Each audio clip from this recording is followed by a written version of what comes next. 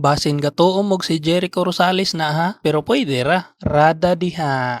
Palanay lagi. Karon pahulay sa taglaag, pundo sa tagbalay, pero di ta mahutdag tirada.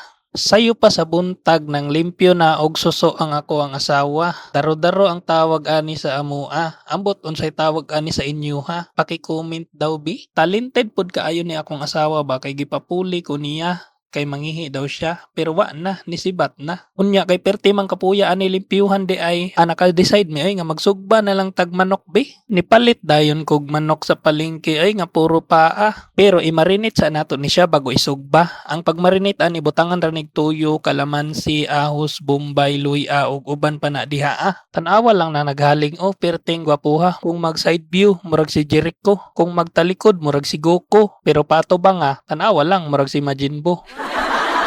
Pagkahuman og marinate og pila ka oras, unsa pa may dugayan, ilunod na diha.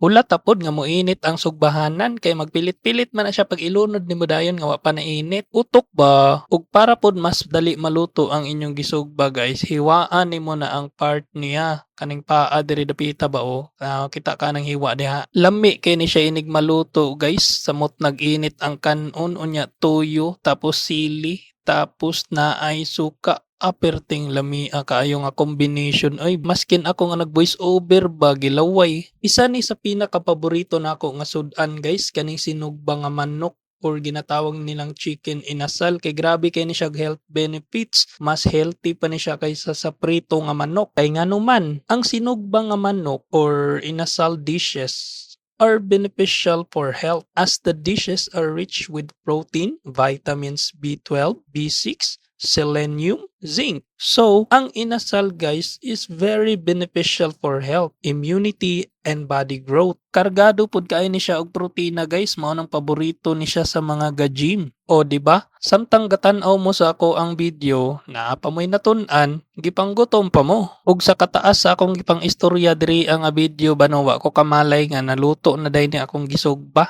Unsa pa man atong dugayan, maghukad na ta. Ubay-ubay po day na to ang gisugba guys no, kay dili lang man kita ang mangaon ani, kundi atong tibuok pamilya. Pero tan-awa lang ninyo kung unsa na ka-juicy among gisugba. Na-figure out gud nako nga pwede man day namo ni negosyo at tangin na lang ninyo sa sunod na mga video, di ba naa na may negosyo nga inasal. Ang nakalami lang ani nga sudan ba no kay makahurot jud kag duha ka kaldero nga kanon ba. Mao lang pud ni ang pinakaganahan nako ba no basta nakasabalay kay magkatapok-tapok jud mo magpamilya ba magkasabay mo magkaon. Lahi ra jud pud bitaw ang kabusog nimo ba no basta kasabay nimo imong pamilya magkaon. Ug mao ra to, salamat kay sa pagtan-aw amping mo kanunay. God bless.